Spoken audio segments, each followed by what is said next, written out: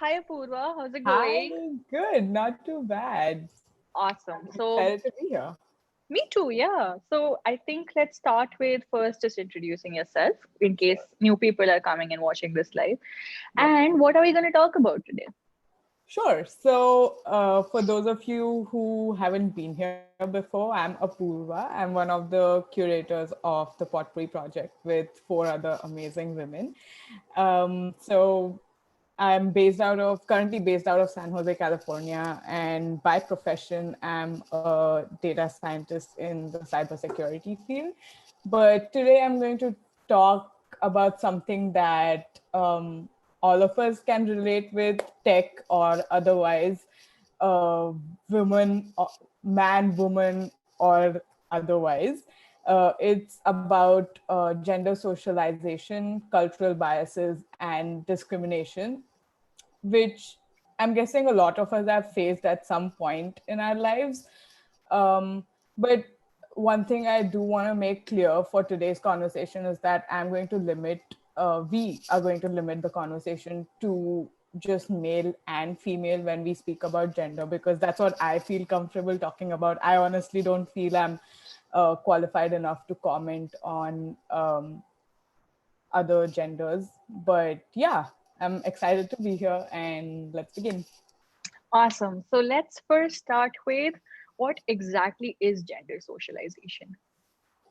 So yeah, I didn't know that term actually existed. Like once I saw the definition, I'm like, okay, yeah, that makes sense. But what gender socialization exactly means in simple terms is the process of teaching people how to behave as men or women, like the expectations that come along with associated with each of those genders, and the attitudes that come with being a man or a woman. Just the process of teaching somebody how to be a man or a woman is basically gender socialization. Right. And this kind of makes me think of, like the root of the problem sometimes starts as early as kids before they're even born, right? Like when you think Right. of gender reveal parties and Yeah. people are using like blue balloons and pink balloons, and Right. that's exactly what we're doing, right? We're gendering our kids. And Yeah. yeah, so let's start with, where do you think the root of the problem is? How does it begin? Exactly as you said, right? Like the first time when a child learns about uh, anything gender related is at home. And I think um, I think the problem itself begins at home, right at the child's birth, or I think even before, because like some decisions are made even before the child is born. Something as simple as the color of the bedroom, like do we paint it pink, do we paint it blue, is a decision parents make once they realize what the gender of the child is going to be. So you're sort of like uh, saying that okay, pink is something girls should like and blue is a color that guys should like, and then when the kid grows up and a guy shows up in a pink shirt, a lot of people are going to be like, oh, why are you like dressed up like a girl, right? So that's Hmm. where the bias starts, I think. Or things like buying toys for kids, like boys tend to get gifted like Hot Wheels and cars, and then people generally tend to give girls like Barbie dolls and doll houses. So that's again a place right during childhood when that kind of drift starts happening. Or even at the preschool level when parents are deciding what kind of activities or like summer camps they should send their kids to. Like guys get sent to like science based or Right, sports based activities, and girls are put right. into like dancing, singing, or art. So I think it begins right there, and then it just like manifests and grows at different points in their lives. Like I think maybe it's probably not super common in Indian culture, but at least in Right. American culture or like even in movies, you see that kids start working at the adolescent stage itself. Like they're doing odd jobs at home, like lawn mowing, painting the house, or helping with like little things, right? And that's like the first paying job that kids are exposed to in some cultures. And Right. guys are usually given like the more masculine jobs like painting the houses or like lawn mowing or doing up the garage, woodwork, stuff like that. Women Right. are assigned jobs, softer jobs like the housework or babysitting, nanny, Right. childcare duties. So Yeah. there's enough examples even before the child becomes an adult where he's exposed to these expectations and attitudes of the society, their culture, which are imposed onto them just because of what gender they are. Right. So I think the And problem has begun like way before the child hits the a person hits the workplace. right. And there are so many little ways in which this is kind of reinforced in us, right? Like when we're Right. looking at all of these dedicated advertisements for men's razors versus women's razors, Exactly. and when you're sharing like a face wash for a man, you're not like, oh, it'll make your skin soft because apparently Right. having good skin is not Not a thing. Or manly. even like YouTube channels, right? The few Mhm. men who are into like fashion and grooming, Right. it's not typical for a man to talk about grooming and fashion for some reason. He's supposed to talk about like workouts and sports. Yeah. Like why is Right. that an expectation? Right. So yeah, I think that's why I think it was important for uh, us to have this discussion today. Like For sure. what actually triggered this for me was I had my orientation at work last week. I think for those who saw my stories, I think they know the background behind why we are having this discussion. But for those who don't, Mhm. I had my orientation last week, and the HR team or the workplaces team is responsible for organizing the orientation, and a majority of those of that team was women, and it's like a human resources team. So then Hmm. I started having like a broader thought, like why are a lot of these people's professions um, predominantly women? Right. And then I went down that whole rabbit hole. I just made like a whole research project out of it. But then I thought, Yeah. like, damn, it's like I think the point where a lot of people start talking about this is at the workplace, because that's where Hmm. people are trying to promote all these diversity, inclusion kind Inclusion. of Yeah. initiatives. But Hmm. it's like maybe it's a little too late. I mean, it's great that people do think about this, but also the thing is, so there was this one random statistic I read where they're talking about how long it's going to take for there to be like 50-50 women and men ratio at the workplace, and it'll probably take us over 120 more years for us to Hmm. reach that stage. So I feel like we need to start early, not wait till people are like 25 years old or like way into it. Right. And I feel like exactly like you said, right? The onus should not lie on the company. I think Right. it's a sign of a deeper problem. Why are we not seeing, enough representation, men or women, in certain Exactly. fields? And we should question that very Right. early on, right? Yeah. Exactly. So, talking about that, have you ever personally felt any gender-based biases at workplace, in your personal life?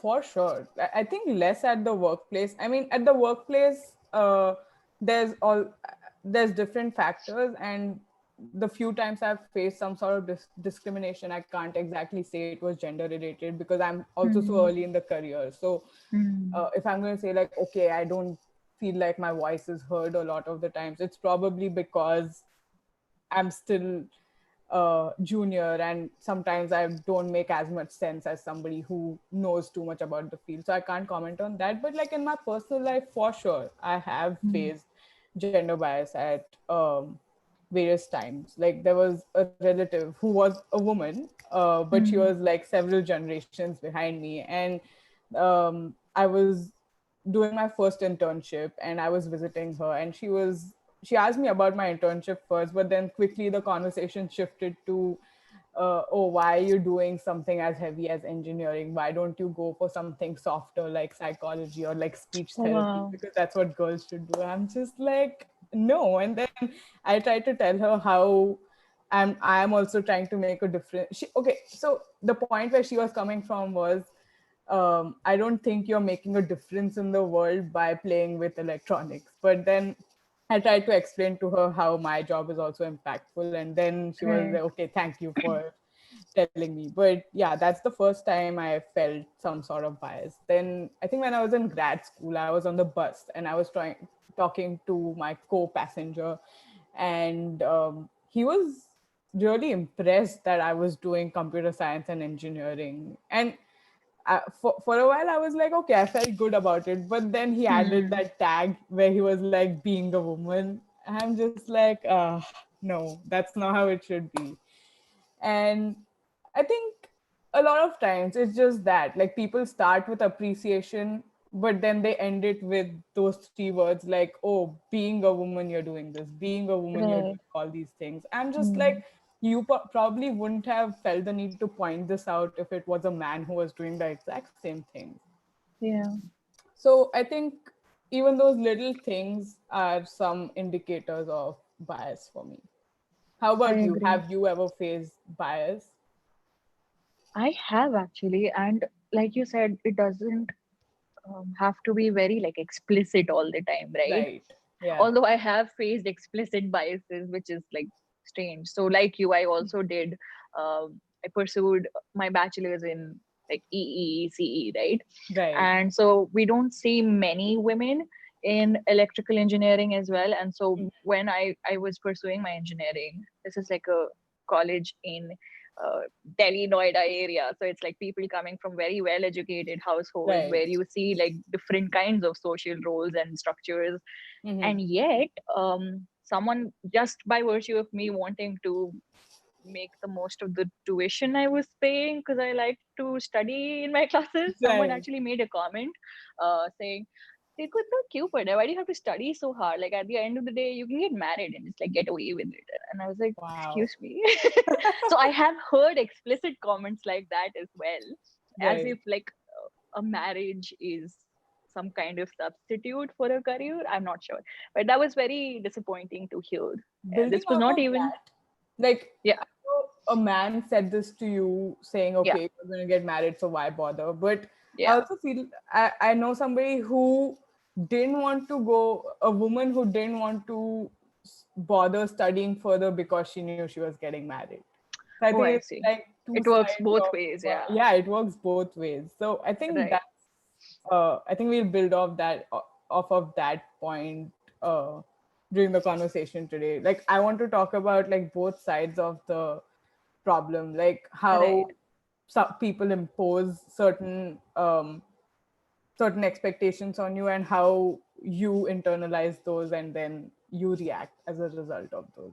I agree. Yeah. Yeah. And it's sometimes as small as, so it's also manifested itself in good biases, if that makes any sense. Like for example, just by virtue of me being so far away from my family, right, Hmm. but still being super involved in their lives and trying to look Right. out for them. Yeah. My mom's friends often say, कि लड़की है, बेटी है, इसीलिए कर रही है, बेटा है Oh तो नहीं yeah, करता. that too. Right. Which is so disappointing because I hope you're It is. raising your children better.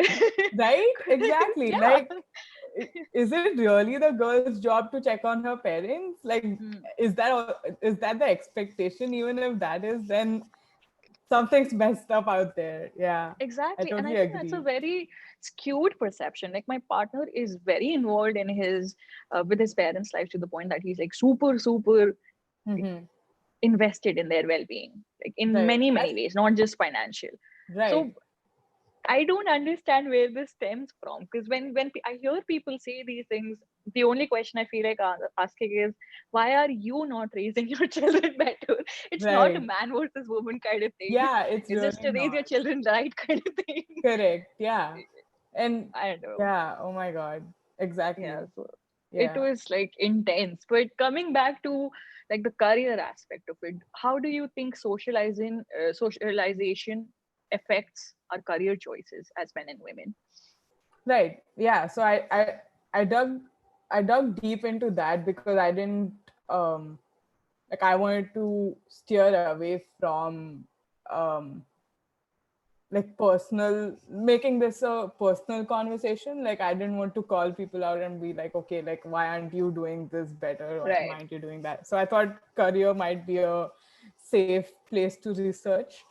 right, And what I found was, like I'll probably make this a little more statistical and research, right? Like so that Mm-hmm. it's not doesn't sound like a very opinionated piece.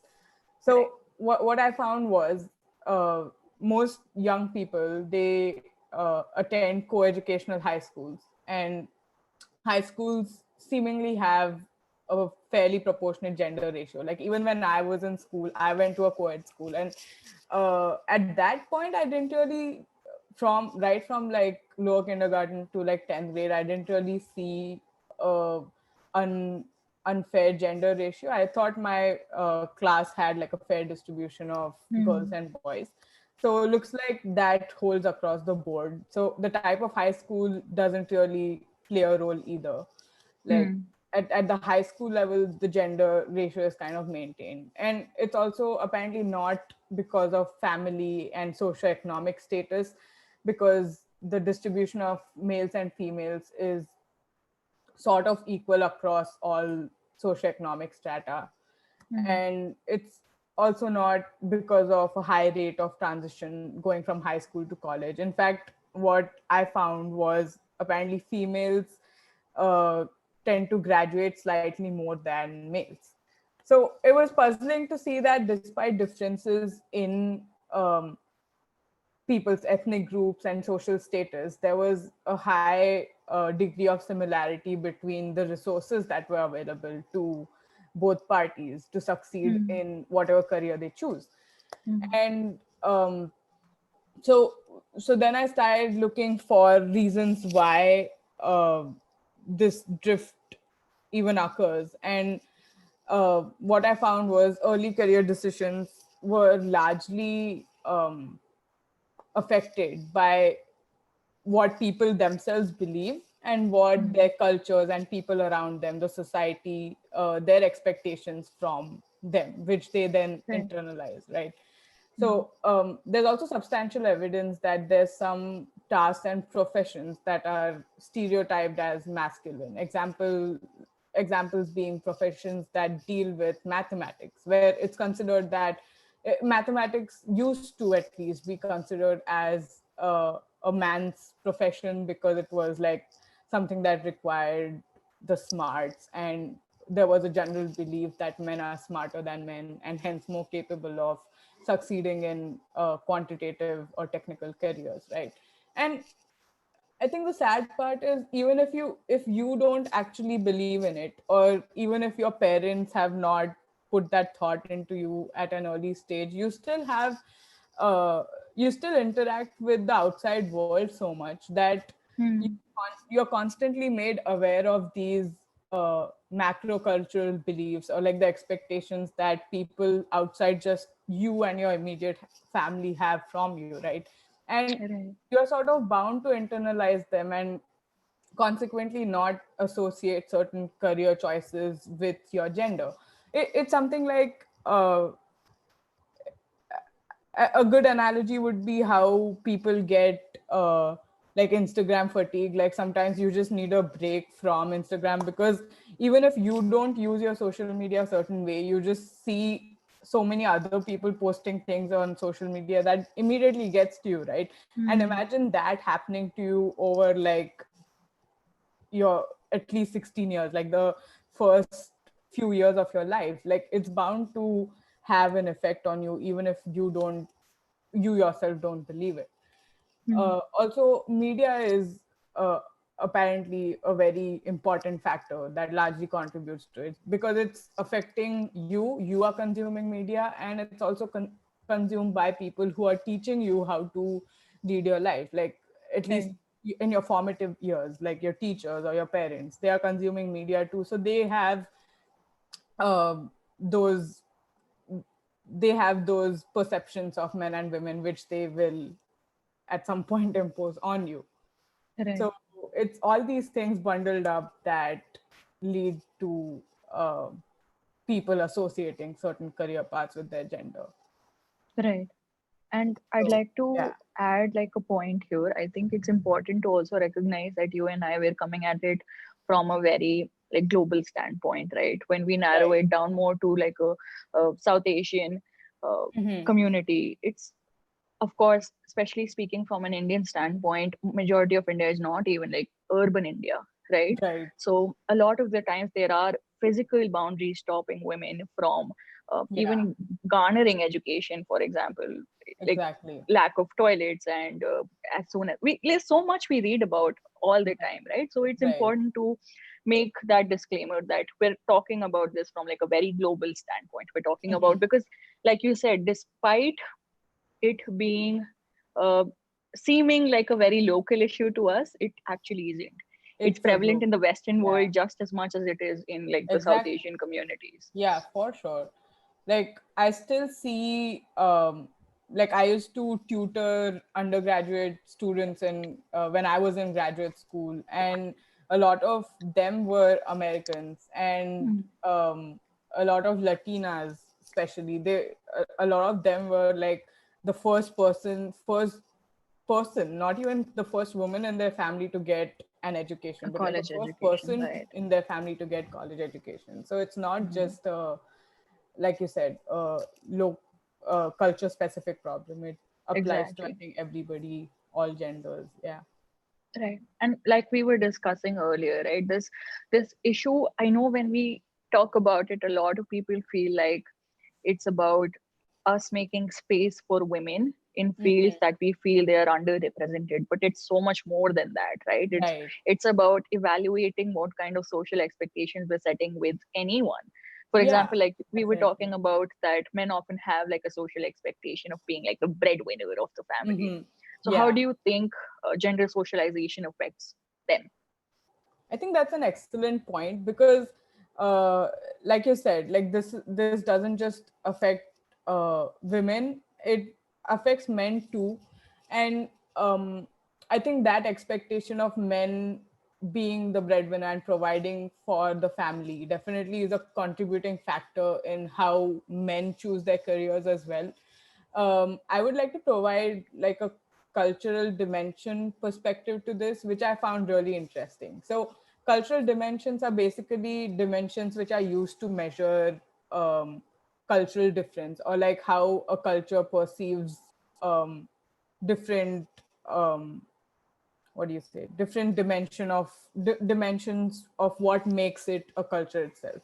So there's this I'll take some examples which will hopefully make this point a little clearer. And there's this dimension called power distance, which Hmm. is the degree to which a culture tolerates unequal distribution of power.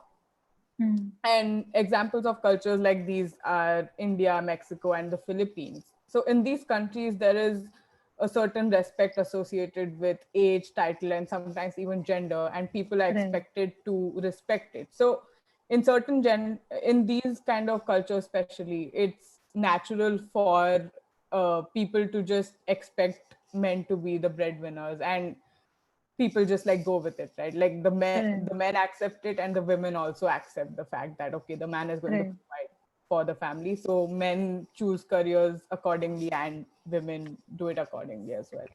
Then there's something called uncertainty avoidance, which is Hmm. yet another cultural dimension, and this is the degree to which a culture is uncomfortable with taking risks or professions.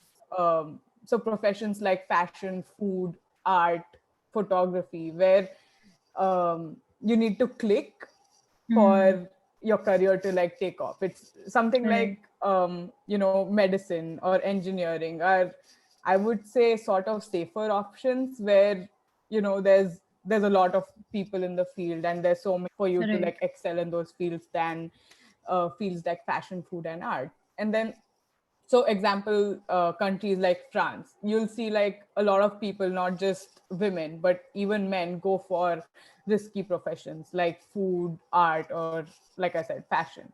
So there men do tend to go for not safe careers. And Hmm. then there's another cultural dimension called gender egalitarianism, which is basically the degree to which male and female equality is actualized within the culture to Hmm. provide equal opportunities for men and women. And even if it means providing more opportunities for women because the status quo is that women need to be empowered, right? So these cultures also tend to have women in more positions of power. So in Mm, these cultures, men and women are both expected to pool in and provide for the family. So it's not just an expectation from men in that case. right, So I think I find that very interesting too, that your culture's expectation or your society's expectation also affects your career choices so much. for sure. So yeah, I think that was really interesting for me to find. Right. And like I remember when we were all applying for like entrances and stuff when we were first going into engineering, right? And we saw Right. like all of these special cases. Sometimes you'd have like a certain quota for women applicants or girl Right. applicants, Yeah. and a lot of people used to talk about, why is there any kind of reservation at all if you're seeking equity and equitable Mhm. distribution of resources, why do reservations at all? But I think a lot of the time people fail to recognize the fact that when a gender has been kind of at a point of disadvantage for 200, 300, Right. many years, right? Yeah. It takes a while for them to get to a point, and we often, which is very natural, we map our own experiences to the problem, right? Like for Right. you and I, maybe we've not personally encountered a position where our families have discouraged us from getting higher education or going into fields like engineering, but Right. I I keep telling people that majority of India is not like that. We're Right. coming from a point of privilege, and this is Exactly. not Privilege. necessarily Yes. exactly. And Mhm. so this is not just to help you and I; it's to help all of those multiple women who might not even be able to afford an Right. engineering education, and that's the Exactly. only reason they can't do it. They might be the brightest minds of the country, Yeah. but they For don't have access to resources, right? exactly. Yeah.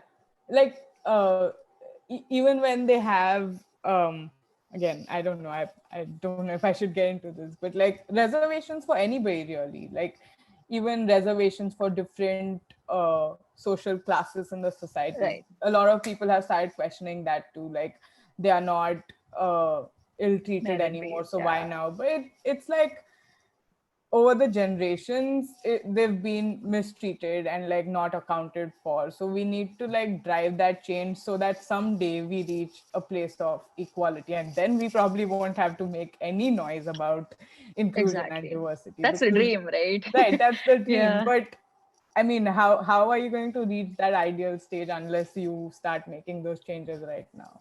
It's a very, yeah, exactly. it's a Yeah, totally and I agree with that completely. I think there are definitely things we as, or rather policy makers can do to help prevent. Maybe they'll have like some added clauses that you have like certain hmm socioeconomic backgrounds, which is right. why now you are promoted to do that. I understand that layer of uh, this thing to it completely. It's hmm just that when people start questioning the entire movement or the entire requirement of why this is being done, I think hmm it's important to just look within and say, am I just trying to look at the world from like a my perspective? right. Like if Right. just because I have personally not encountered something like that, can I 100% say no one around me is encountering that, Right. right? Right. And people I, around us in, sorry, no, go go on. ahead. People around us in like well-to-do families often encounter biases in ways that we don't often talk about, right? Yeah. And Yeah. it's weird, but I personally have had instances where I've seen friends of friends of friends and they're like siblings being treated very differently, and they're from very Right. well-to-do social backgrounds. But Yeah, exactly. it's important to recognize those things before you start making a Right. case for, oh yeah, but we are equal. Are we though? Exactly. Yeah. Right? I think a big part of the problem is also that um so when you reach your late 20s and you are at like a big ish or a private organization which is talking about inclusion and diversity, sometimes it Right. can start feeling a little gimmicky because you're like, Right. okay, it's probably company propaganda. But Yes. if you're used to like these um this conversation happening over the course of your life, then you'll be like, okay, great, this This place is is just a this, thing. yeah, this is just a Yeah. normal thing. So I think that's why it's important for like parents, teachers, or anybody you think you're going to influence, it's important for you to like keep checking in with those people to make sure that they don't, how they are feeling about how they are being raised. Like even Exactly. for parents, it's important for them to have that conversation with their kids, like talk to them Yes. about how they are perceiving the world, talk to them and understand if their child is feeling some sort of bias in the external world, and try to like talk to them about how to change that or Right. make it right for them, you know. Yeah. So yeah. And like you said, right, that we have to keep in mind that just by virtue, of course, this is coming from, our experience as two women in STEM. So we see Yeah. some level of disparity in how we are represented. But there's, like we said, there's so much more to it than that. For example, like you said, a lot of men feel pressured to Right. pursue traditional careers, right? And we need to evaluate that. Why does a man, like, my whole thing is that I don't care if you're a man or a woman. If you Right. want to work, that is your choice. If not, that is also your choice. I am not Right. someone who's gonna shame you for choosing to raise a family ever.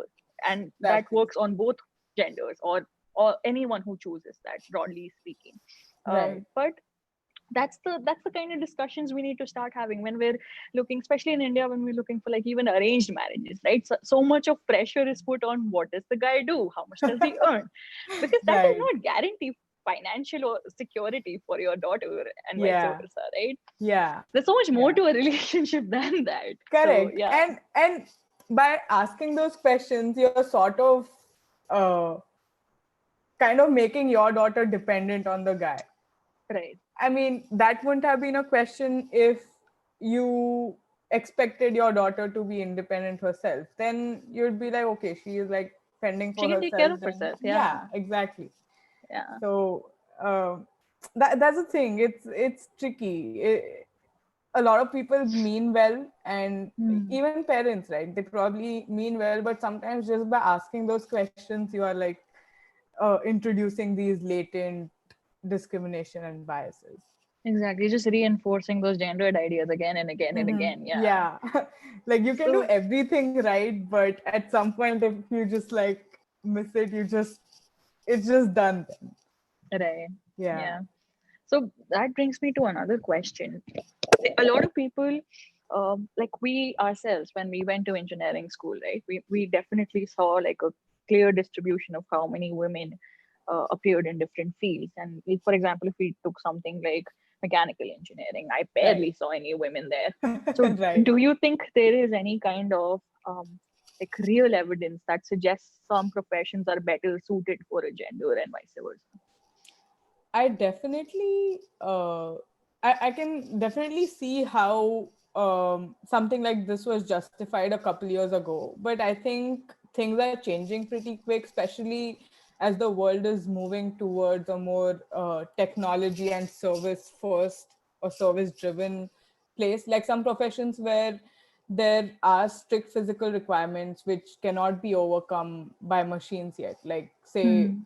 now American, I think NFL, it doesn't have any female players because it's just because of the requirements of the sport, which have been like carried forward over the generations, which women apparently don't hit even now.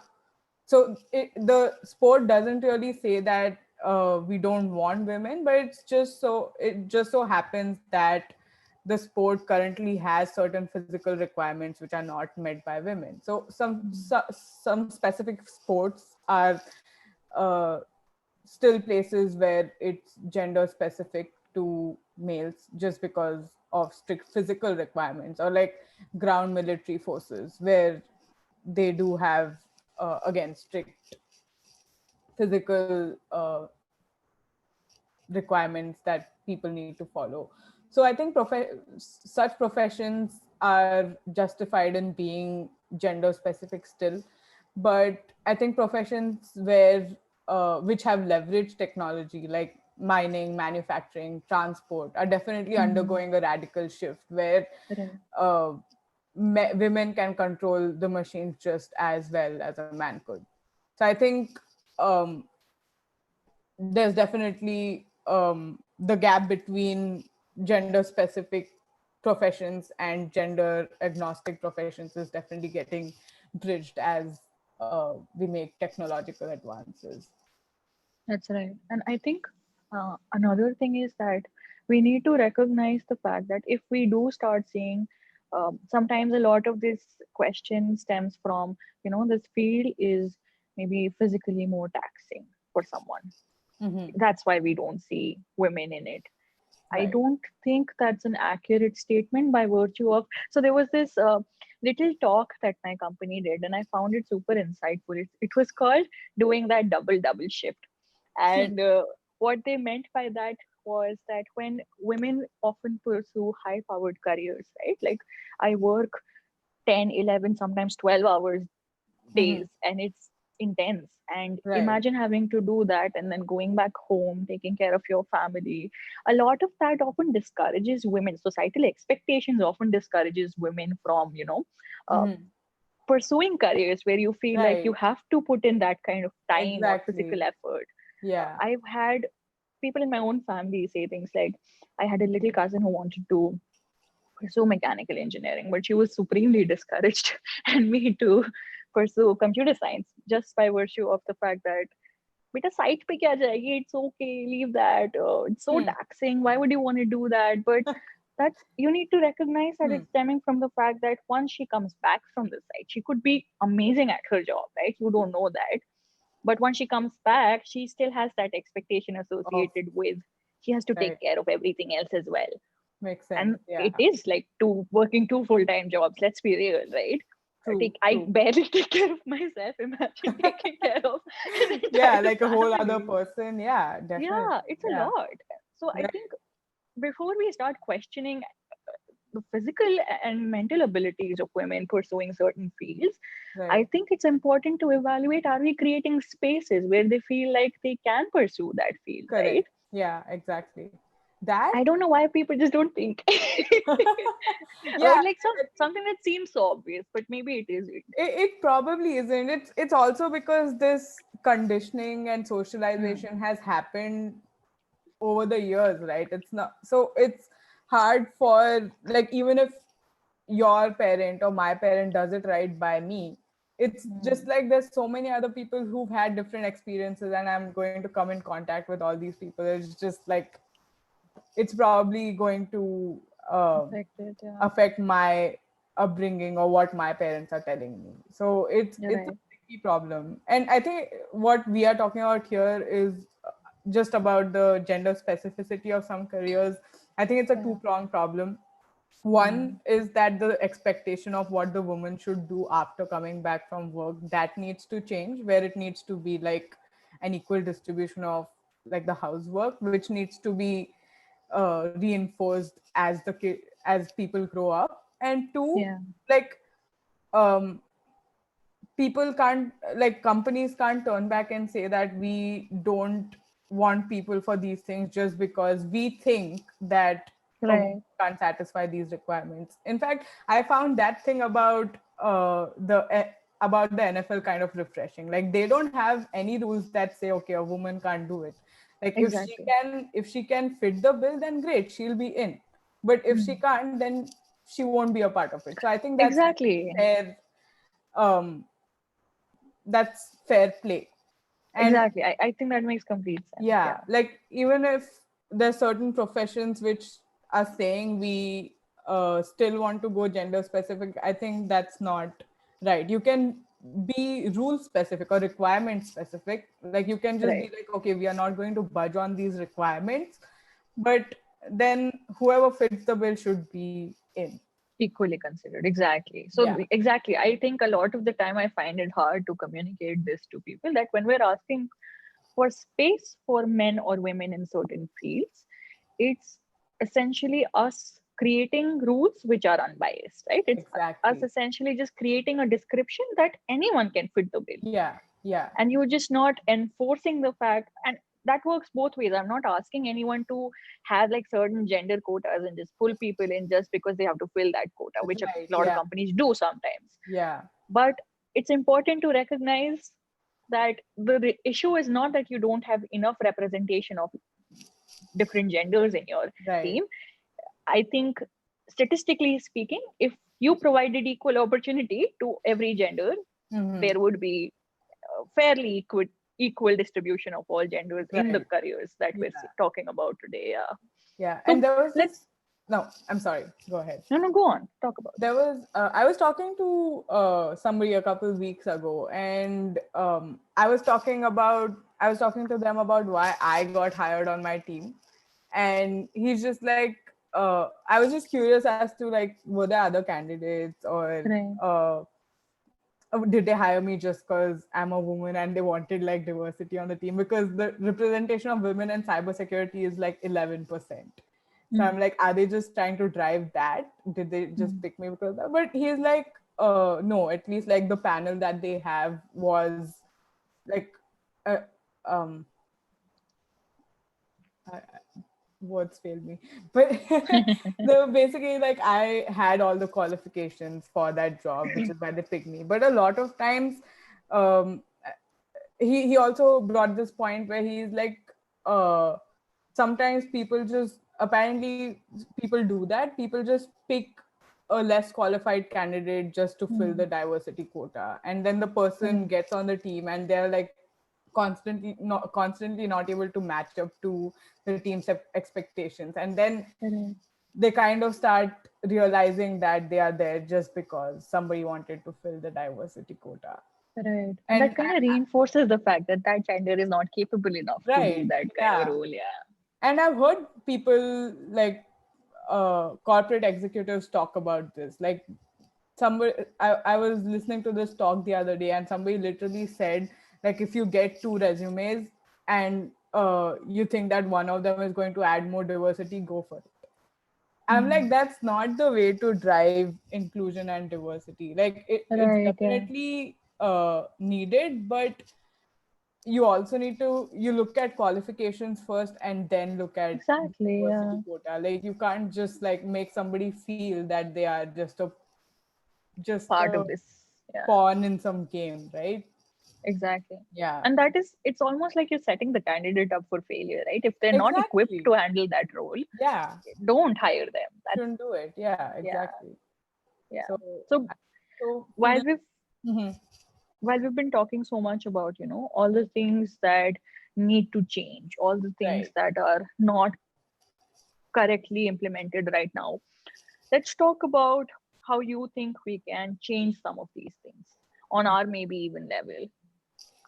Yeah, like I said, like I started the conversation by saying that the problem begins at home. So I Yes. feel like the change or the corrections also need to start at home. And I think I Yes. brought this up a while ago too, like about how parents should like check in with their kids. I think that's very important.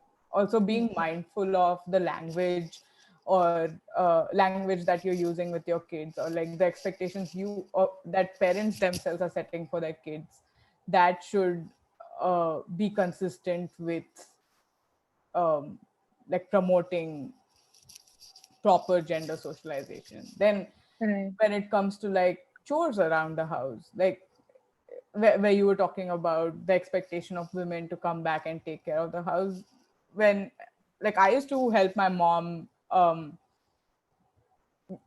with all the household chores, but then like I don't know, we were both girls at home, so I don't know how Mm. parents who have a son and a daughter treat their kids, but I think it would be fair to divide chores equally between children of different genders. Like both should have a Right. turn in the cooking, cleaning, like all the housework. Both of them should know that it's their responsibility, like not Right. just the girls, right?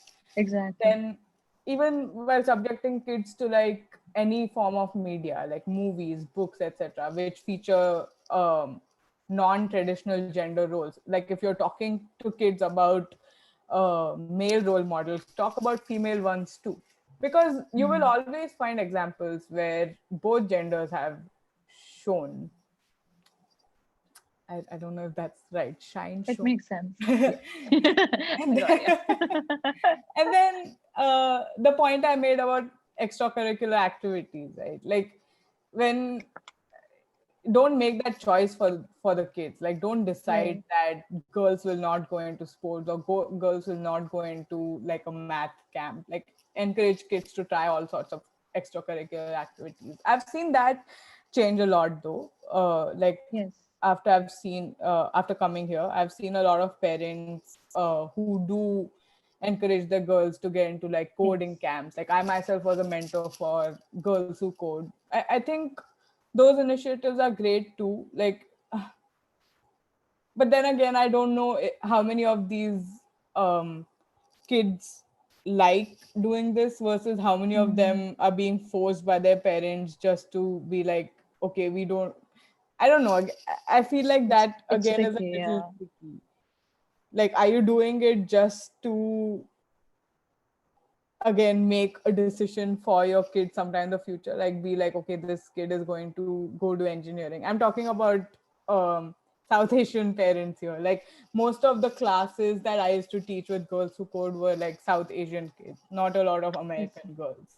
I see. So I don't know if that's the parents' way of forcing them into STEM and engineering, like most South Mm. Asian parents do, or if it's actually their way of uh, telling their girl that, you can do this too.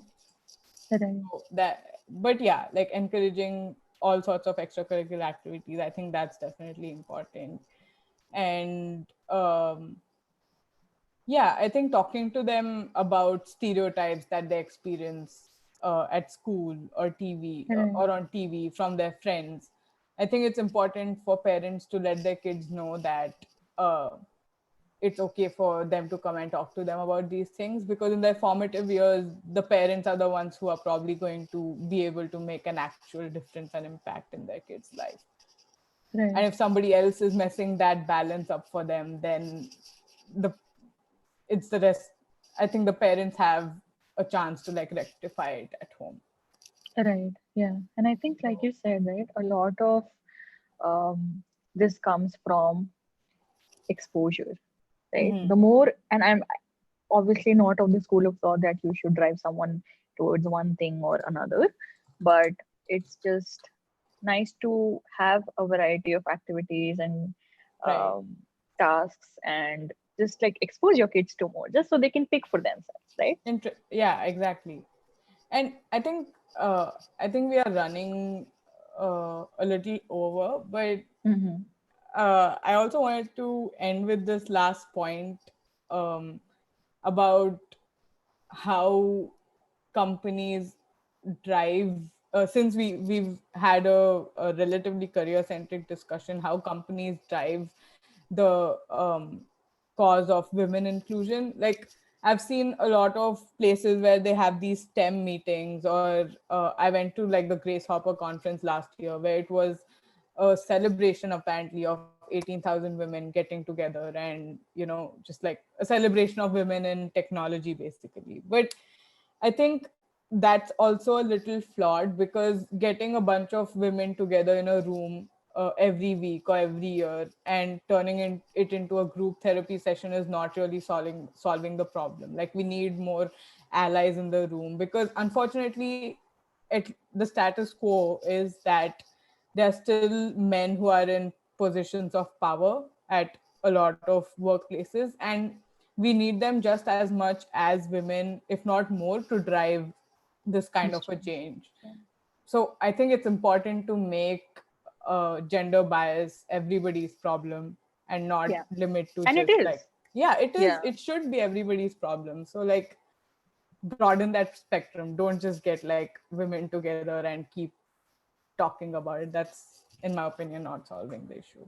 Right. And I think that's important in the sense that it's very, very important to make women feel like there's more women in the field, to feel like the sense of solidarity and community Right. in a field where you don't feel very represented. It's very, Yeah. very nice. But like you Yeah. said, we have to broaden that conversation so we can include more people, and allies play just as an important role in any movement than, Yeah. like the actual people who are driving that movement as well. Right. Yeah, I totally agree with that. Like, it's a great feeling to find other people who can relate to what you're saying, but Right. at the same time, if you need to drive that change, you need more than that. Sounds great. Yeah, I Yeah, think we had like a lovely discussion. we I did. had a lot of Long fun. one too. Yeah, I You. didn't even realize that an hour has passed by. But yeah, this was Yeah. so insightful.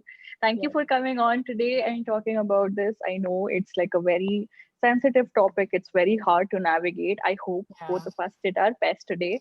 And yeah, I had a lot of fun. I hope you did Me too. too. Thank you. Thanks for talking to me about this. It was Yeah, great. Yeah. Thank it you. was lovely. Yeah, Yep. awesome. See you later. Bye.